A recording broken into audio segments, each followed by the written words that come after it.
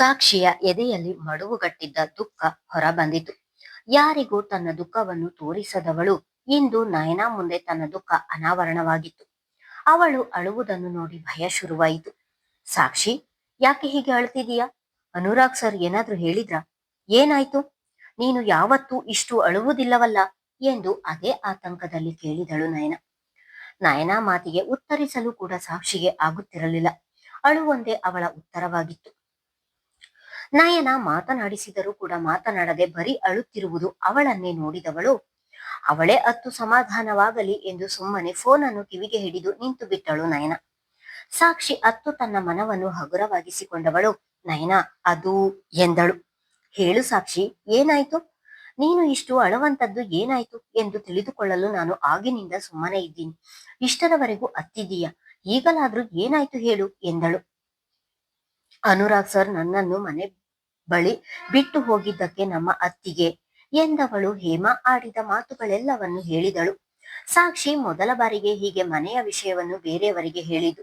ಅದು ಯಾಕಾಗಿ ನಯನಾಳಿಗೆ ಆ ರೀತಿ ಹೇಳಿದಳು ಎನ್ನುವುದು ಸ್ವತಃ ಅವಳಿಗೆ ತಿಳಿದಿಲ್ಲ. ಓ ಗಾಡ್, ಇಷ್ಟೆಲ್ಲ ಆಯ್ತಾ? ನಿಮ್ಮ ಅತ್ತಿಗೆ ಹೀಗೆಲ್ಲ ಮಾತಾಡ್ತಾರಾ? ಇಷ್ಟು ದಿನ ಅವರ ಜೊತೆ ಹೇಗಿದ್ದೆ ನೀನು ಎಂದಳು. ಇಲ್ಲ ನಯನ, ನನಗೆ ನನ್ನ ಅಣ್ಣನಿಗಿಂತ ಯಾವ ಮಾತುಗಳು ದೊಡ್ಡದಲ್ಲ. ಅವನಿಗೋಸ್ಕರ ಎಂತಹ ನೋವನ್ನಾದ್ರೂ ಸಹಿಸ್ತೀನಿ ಎಂದಳು. ಸಾಕ್ಷಿಯ ಮಾತು ಕೇಳಿ ನಯನಾಳ ಕಣ್ಣು ತುಂಬಿದವು. ಅವಳಿಗೆ ಅಣ್ಣ ಇಲ್ಲ, ಅಣ್ಣನ ಪ್ರೀತಿ ಹೀಗೂ ಇರುತ್ತಾ ಎಂದು ಈಗ ಅವಳಿಗೆ ಅರಿವಾಯಿತು. ಏನು ಗೊತ್ತಾ ಸಾಕ್ಷಿ, ನೀನು ಹೇಳಿದ ಮಾತುಗಳನ್ನು ಕೇಳಿದ ಮೇಲೆ ಆದಷ್ಟು ಬೇಗ ನಿನ್ನ ಮದುವೆ ಆದ್ರೆ ಸಾಕು ಎಂದು ನನಗೂ ಕೂಡ ಅನಿಸುತ್ತಿದೆ. ಆದ್ರೂ ಇಷ್ಟೆಲ್ಲಾ ನೋವನ್ನು ಸಹಿಸಿಕೊಂಡು ಆ ಮನೆಯಲ್ಲಿ ಇದ್ದೀಯಲ್ಲ, ನಿಜವಾಗಿಯೂ ನೀನು ಗ್ರೇಟ್ ಎಂದಳು. ತನ್ನ ಕಣ್ಣೀರು ತೊಡೆದುಕೊಂಡ ಸಾಕ್ಷಿ, ಸಾರಿ ನಯನ, ದುಃಖ ತಡೆಯಲಾರದೆ ಹೇಳಿದೆ. ಈ ವಿಷಯ ಯಾರಿಗೂ ಹೇಳ್ಬೇಡ, ಗುಡ್ ನೈಟ್ ಎಂದು ಹೇಳಿ ಕರೆ ತುಂಡರಿಸಿದಳು. ಸಾಕ್ಷಿ ಇಷ್ಟು ದಿನ ತನ್ನ ದುಃಖವನ್ನು ಯಾರಿಗೂ ಹೇಳುತ್ತಿರಲಿಲ್ಲ.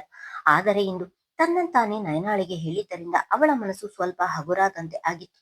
ಅತ್ತಿದ್ದರಿಂದ ಬಚ್ಚಲ ಮನೆಗೆ ಹೋಗಿ ಮುಖ ತೊಳೆದು ಬಂದು ಅಲ್ಲಿ ಬಾಟಲಿಯಲ್ಲಿದ್ದ ನೀರನ್ನು ಕುಡಿದು ಮಲಗಿದಳು. ಇತ್ತ ಸಾಕ್ಷಿ ಹೇಳಿದ ಮಾತುಗಳೇ ನಯನಾ ತಲೆಯಲ್ಲಿ ಕೊರೆಯುತ್ತಿದ್ದವು. ಸಾಕ್ಷಿ, ಈ ವಿಷಯವನ್ನು ಯಾರಿಗೂ ಹೇಳ್ಬೇಡ ಎಂದಿದ್ದಾಳೆ. ಇದನ್ನು ನಾನು ಅನುರಾಗ್ ಸರ್ಗೆ ಹೇಳಲಿಲ್ಲ ಎಂದರೆ ಅವರು ನಾಳೆಯೂ ಬಂದು ಅವಳನ್ನು ಕಾಫಿಗೆ ಕರೆಯಬಹುದು, ಅಥವಾ ತಾನೇ ಮನೆಗೆ ಡ್ರಾಪ್ ಮಾಡುತ್ತೇನೆ ಎಂದು ಹೇಳಬಹುದು. ಇದಕ್ಕೆ ಅವಳು ನಿರಾಕರಿಸಿದರೂ ಅವರಿಗೆ ಬೇಸರವೂ ಆಗಬಹುದು.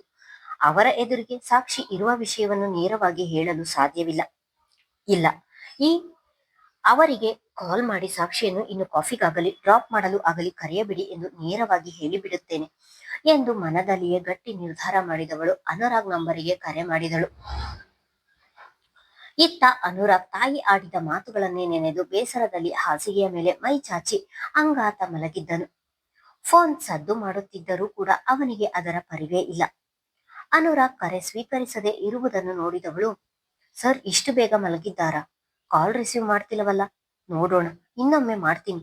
ರಿಸೀವ್ ಮಾಡ್ಲಿಲ್ಲ ಅಂದ್ರೆ ಬೆಳಿಗ್ಗೆ ಹೋಗಿ ಆಫೀಸಿಗೆ ಬಂದಾಗ ಹೇಳ್ತೀನಿ ಎಂದು ಯೋಚಿಸಿದವಳು ಮತ್ತೊಮ್ಮೆ ಕರೆ ಮಾಡಿದಳು. ಬಿಡದೆ ಸದ್ದು ಮಾಡುತ್ತಿದ್ದ ಫೋನಿನ ಶಬ್ದಕ್ಕೆ ಎಚ್ಚೆತ್ತವನು ಫೋನ್ ಕೈಗೆ ತೆಗೆದುಕೊಂಡು ಅದರ ಪರದೆಯ ಮೇಲೆ ನಯನಾ ಹೆಸರು ನೋಡಿ ಕರೆ ಸ್ವೀಕರಿಸಿ, ಹೇಳಿ ನಯನಾ ಎಂದನು. ಸರ್, ಡಿಸ್ಟರ್ಬ್ ಮಾಡಿದ್ದಕ್ಕೆ ಸಾರಿ, ನಿಮ್ಮ ಬಳಿ ಏನೋ ಹೇಳ್ಬೇಕಿತ್ತು ಎಂದಳು. ಈಗ ಅವಳ ಮಾತು ಕೇಳುವ ಸ್ಥಿತಿಯಲ್ಲಿ ಇರಲಿಲ್ಲ ಅವನು. ಬ್ಯುಸಿ ಇದ್ದೀನಿ, ನಾಳೆ ಆಫೀಸಿನಲ್ಲಿ ಮಾತನಾಡೋಣ ಎಂದು ಹೇಳ್ಬೇಕು ಎನ್ನುವ ಮಾತು ಗಂಟಲಿನವರೆಗೂ ಬಂತು. ಅಷ್ಟರಲ್ಲಿ ಸಾಕ್ಷಿಯ ಬಗ್ಗೆ ಏನೋ ಹೇಳ್ಬೇಕು ಸರ್ ಎನ್ನುತ್ತಿದ್ದ ಹಾಗೆ ಅವನು ಆಡಬೇಕೆಂದಿದ್ದ ಮಾತನ್ನು ಹಾಗೆ ಉಳಿಸಿ ಹೇಳಿ ಎಂದನು. ಸರ್, ನೀವು ಇವತ್ತು ಸಾಕ್ಷಿಯನ್ನು ಅವರ ಮನೆಯ ಬಳಿ ಡ್ರಾಪ್ ಮಾಡಿದ್ದಕ್ಕೆ ಅವರ ಅತ್ತಿಗೆ ಏನೇನೋ ಮಾತನಾಡಿದ್ದಾರೆ. ಇಷ್ಟು ದಿನ ಸಾಕ್ಷಿಯ ಮನದಲ್ಲಿ ಇದ್ದ ನೋವನ್ನು ಯಾರ ಬಳಿಯೂ ಹೇಳಿಕೊಳ್ಳದೆ ಒಬ್ಬಳೇ ಆ ನೋವನ್ನೆಲ್ಲ ನುಂಗಿ ಜೀವನ ಮಾಡಿದ್ದಾಳೆ. ಇವತ್ತು ನನ್ನ ಬಳಿ ಅಳುತ್ತಾ ಎಲ್ಲವನ್ನು ಹೇಳಿದಳು. ಪ್ಲೀಸ್ ಸರ್, ನೀವು ನಾಳೆ ಅವಳನ್ನು ಕಾಫಿಗಾಗ್ಲಿ ಡ್ರಾಪ್ ಮಾಡುತ್ತೇನೆ ಎಂದು ಕರೆಯಬೇಡಿ. ಇದು ನನ್ನ ರಿಕ್ವೆಸ್ಟ್ ಸರ್ ಎಂದವಳು ಕರೆ ತುಂಡರಿಸಿದಳು. ನಯನ ಹೇಳಿದ ವಿಷಯವನ್ನು ಕೇಳಿ ಸಾಕ್ಷಿಯ ಅತ್ತಿಗೆಯ ಮೇಲೆ ಅಸಾಧ್ಯ ಕೋಪ ಬಂದಿತು ಅವನಿಗೆ. ಆದರೆ ಈಗ ಅವನು ತಾನೇ ಏನು ಮಾಡುವ ಪರಿಸ್ಥಿತಿಯಲ್ಲಿ ಇಲ್ಲ. ಈಗ ಅವನಿರುವ ಪರಿಸ್ಥಿತಿಯಲ್ಲಿ ಅವನಿಂದ ಯೋಚನೆ ಕೂಡ ಮಾಡಲು ಆಗಲಿಲ್ಲ. ಒಂದೆಡೆ ತಾಯಿಯ ಹಠ, ಇನ್ನೊಂದೆಡೆ ಸಾಕ್ಷಿಯ ಪ್ರೀತಿ. ಈಗ ಅವನು ಇಬ್ಬರಿಗೆ ಸಿಲುಕಿದ್ದನು. ಅಂದು ಸಾಕ್ಷಿ ನಯನ ಕಚೇರಿಗೆ ಬೇಗ ಬಂದಿದ್ದರಿಂದ ಇಬ್ಬರು ಹೊರಗೆ ನಿಂತು ಮಾತನಾಡುತ್ತಿದ್ದರು. ನಯನ ಅಪ್ಪಿತಪ್ಪಿಯೂ ರಾತ್ರಿ ಅನುರಾಗಗೆ ಕರೆ ಮಾಡಿ ತಿಳಿಸಿದ ವಿಷಯವನ್ನು ಬಾಯಿ ಬಿಡಲಿಲ್ಲ. ಹಾಗೆ ಹೇಳಿದ್ರೆ ಯಾಕೆ ಹೇಳಿದೆ ಎಂದು ಹೇಳಿ ಭಯಪಡುತ್ತಾಳೆ ಎಂದು ನಯನ ಹೇಳದೆ ಮುಚ್ಚಿಟ್ಟಳು. ಅವರಿಬ್ಬರು ಮಾತನಾಡುವಾಗಲೇ ಅನುರಾಗ್ ಬಂದಿದ್ದನು. ಸಾಕ್ಷಿ ನಯನ ಇಬ್ಬರು ಕಣ್ಣೆದುರಿಗೆ ಮಾತನಾಡುತ್ತಾ ನಿಂತಿದ್ದರೂ ಕೂಡ ಅವರಿಬ್ಬರ ಕಡೆ ನೋಡದೆ ತನ್ನ ಪಾಡಿಗೆ ತಾನು ಅವರ ಸಮೀಪವೇ ಹಾದು ಹೋದನು. ಇದೇನು ಸಾಕ್ಷಿ, ನಿಮ್ಮ ಹೀರೋ ನೋಡಿದ್ರು ನೋಡದ ಹಾಗೆ ಹೋಗ್ತಿದ್ದಾರೆ ಎಂದು ಛೇಡಿಸಿದಳು ನಯನ. ನನಗೆ ಹೊಂದಿಕೊಳ್ಳಲು ಸ್ವಲ್ಪ ಸಮಯ ಬೇಕು ಎಂದು ಹೇಳಿದ ಮಾತು ನೆನೆದ ಸಾಕ್ಷಿ, ನಾನು ಹಾಗೆ ಹೇಳಿದ್ದಕ್ಕೆ ನನ್ನ ಜೊತೆ ಮಾತನಾಡದೆ ಹೋಗಿದ್ದಾರೆ ಎಂದುಕೊಂಡವಳು, ಅವರಿಗೆ ಅವರದೇ ಆದ 108 ಕೆಲಸಗಳು ಇರುತ್ತವೆ ಬಿಡು ನಯನ, ಬಾ ಒಳಗೆ ಹೋಗೋಣ ಎಂದು ಹೇಳಿ ಇಬ್ಬರು ಒಳ ಬಂದರು. ಪ್ರತಿದಿನದ ಹಾಗೆ ಸಾಕ್ಷಿಯ ಎಡೆಗೆ ಇಂದು ಒಂದು ಬಾರಿಯೂ ನೋಡಲಿಲ್ಲ. ಈಗ ಅವನ ತಲೆಯಲ್ಲಿ ಇದ್ದಿದ್ದು ಮಾತ್ರ ಅವನ ತಾಯಿ ಒಬ್ಬರೇ. ಅಮ್ಮ ಇಷ್ಟು ಹಠ ಮಾಡುತ್ತಿದ್ದಾರೆ, ಕೊನೆಗೂ ಮದುವೆಗೆ ಒಪ್ಪಲಿಲ್ಲ ಎಂದರೆ ಅವರ ವಿರುದ್ಧವಾಗಿ ಹೋಗಿ ನಾನು ಮದುವೆಯಾಗಲು ಸಾಧ್ಯವೇ? ಅಮ್ಮ ಒಪ್ಪಲಿಲ್ಲ ಎಂದರೆ ಏನು ಮಾಡುವುದು? ಸಾಕ್ಷಿ ಅವರಿಗೆ ಏನು ಹೇಳಲಿ ನಾನು ಎಂದೆಲ್ಲ ಯೋಚನೆಗಳು ಅವನ ತಲೆಯಲ್ಲಿ ಸಗಣಿ ಹುಳದ ಹಾಗೆ ಕೊರೆಯುತ್ತಿದ್ದವು. ರಾತ್ರಿಯಿಂದ ಅದೇ ವಿಷಯವಾಗಿ ಯೋಚಿಸಿ ಯೋಚಿಸಿ ಹೈರಾಣಾಗಿದ್ದನು. ಒಮ್ಮೆಲೆ ಎಲ್ಲಾ ಯೋಚನೆಗಳು ಅವನ ತಲೆಗೆ ಬಡಿದು ತಲೆ ಸಿಡಿಯುವಂತಾಗುತ್ತಿತ್ತು. ಆಗ ಈ ಜೀವನವೇ ಬೇಡ ಎನ್ನುವ ಕೆಟ್ಟ ಆಲೋಚನೆ ಕೂಡ ಅವನ ತಲೆಯಲ್ಲಿ ಸುಳಿದು ಓಡುತ್ತಿತ್ತು. ಕಚೇರಿಗೆ ಬಂದರೂ ಕೂಡ ಕೆಲಸದ ಮೇಲೆ ಆಸಕ್ತಿ ಇರಲಿಲ್ಲ ಅವನಿಗೆ. ಲ್ಯಾಪ್ಟಾಪ್ ಮುಂದೆ ಕುಳಿತು ಕೆಲಸ ಮಾಡಲಾಗದೆ ಒದ್ದಾಡಿದವನು ಆ ಲ್ಯಾಪ್ಟಾಪ್ ಅನ್ನೇ ದಿಟ್ಟಿಸಿ ನೋಡುತ್ತಾ ಸುಮ್ಮನೆ ಕುಳಿತನು. ಸಾಕ್ಷಿಗೆ ಬೇಡ ಎಂದರೂ ಕೂಡ ಅವಳ ಕಣ್ಣು ಅನುರಾಗ್ ಚೇಂಬರ್ ಕಡೆ ಹೊರಳುತ್ತಿತ್ತು. ಅವನು ಯಾವುದೋ ಯೋಚನೆಯಲ್ಲಿ ಇದ್ದಾನೆ ಎನ್ನುವುದು ಅವನನ್ನು ನೋಡುತ್ತಿದ್ದ ಹಾಗೆ ಅವಳಿಗೆ ತಿಳಿಯಿತು. ಹಾಗಂತ ಅವನ ಸಮಸ್ಯೆ ಏನು ಎಂದು ಕೇಳಲಾರಳು. ತನ್ನ ಪಾಡಿಗೆ ತಾನು ಕೆಲಸ ಮಾಡುತ್ತಿದ್ದಳು. ಅದಾಗಲೇ ಸಂಜೆ 4ರ ಸಮಯ. ಎಲ್ಲರೂ ತಮ್ಮ ತಮ್ಮ ಕೆಲಸ ಮುಗಿಸಿ ಅಲ್ಲಿಂದ ಹೊರಡುತ್ತಿದ್ದರು. ಸಾಕ್ಷಿ ನಯನ ಎದ್ದು ಇಬ್ಬರು ಹೊರಗೆ ಬಂದರು. ರಾತ್ರಿಯೂ ಊಟ ಮಾಡಿಲ್ಲ, ಬೆಳಗ್ಗೆ ತಿಂಡಿ ತಿಂದಿಲ್ಲ, ಮಧ್ಯಾಹ್ನವೂ ಅವನಿಗೆ ಊಟ ಬೇಕು ಎನಿಸಿರಲಿಲ್ಲ. ಅದಾಗಲೇ ನಿಧಾನವಾಗಿ ಸುಸ್ತು ಅವನನ್ನು ಆವರಿಸಲು ಶುರು ಮಾಡಿತು. ಅವನಿಗೆ ಹೆಜ್ಜೆ ಹಾಕಲು ಕೂಡ ಕಷ್ಟವಾಗುತ್ತಿತ್ತು. ನಡೆಯಲು ಆಗದೆ ಸೋತ ಕಾಲುಗಳನ್ನು ಎಳೆದುಕೊಂಡು ನಯನ ಸಾಕ್ಷಿ ಇಬ್ಬರು ನಿಂತಿದ್ದಲ್ಲಿಗೆ ಬಂದವನು, ಸಾರಿ ಸಾಕ್ಷಿ, ರಾತ್ರಿ ನನ್ನಿಂದ ನಿಮ್ಮ ಅತ್ತಿಗೆಯ ಬಳಿ ಮಾತು ಕೇಳುವ ಹಾಗೆ ಆಯ್ತು ಎಂದವನು ಅಲ್ಲಿ ನಿಲ್ಲದೆ ಹೊರಟನು.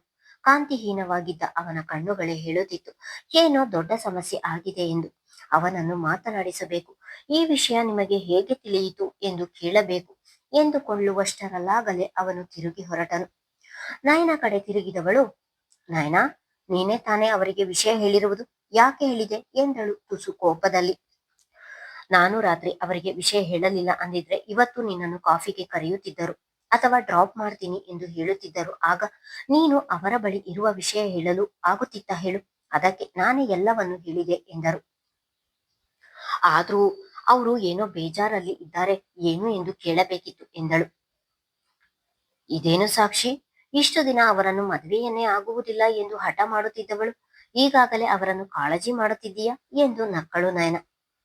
ಹಾಗೇನಿಲ್ಲ ನಯನ, ಅವರು ಎಂದಿನಂತೆ ಇಲ್ಲ, ತುಂಬಾ ಟಯರ್ಡ್ ಆಗಿರುವ ಹಾಗೆ ಕಾಣ್ತಿದ್ದಾರೆ, ಅದಕ್ಕೆ ಹಾಗೆ ಹೇಳಿದೆ ಎಂದಳು. ಪರವಾಗಿಲ್ಲ ಬಿಡು ಸಾಕ್ಷಿ, ಹೇಗಿದ್ರು ಅವರ ನಂಬರ್ ಇದೆಯಲ್ಲ, ಕಾಲ್ ಮಾಡಿ ವಿಚಾರಿಸು ಎಂದವಳು ಅಲ್ಲಿಂದ ಹೊರಟಳು. ಅವನಿಗೆ ತಾನಾಗೆ ಕರೆ ಮಾಡುವುದು ಎಂದರೆ ಭಯ ಹುಡುಗಿಗೆ. ಹಾಗಾಗಿ ಆ ಯೋಚನೆಯನ್ನು ತಲೆಯಿಂದ ತೆಗೆದುಹಾಕಿ ತನ್ನ ಪಾಡಿಗೆ ತಾನು ಮನೆಗೆ ಹೊರಟಳು. ಆ ಆಯಾಸದಲ್ಲಿಯೇ ಕಾರು ಓಡಿಸಿಕೊಂಡು ಮನೆಗೆ ಬಂದಿದ್ದನು ಅನುರಾಗ್. ಅವನು ಮನೆಗೆ ಬರುವಷ್ಟರಲ್ಲಾಗಲೇ ಅವನ ತಂದೆ ಕೂಡ ಬಂದು ಕುಳಿತಿದ್ದರು.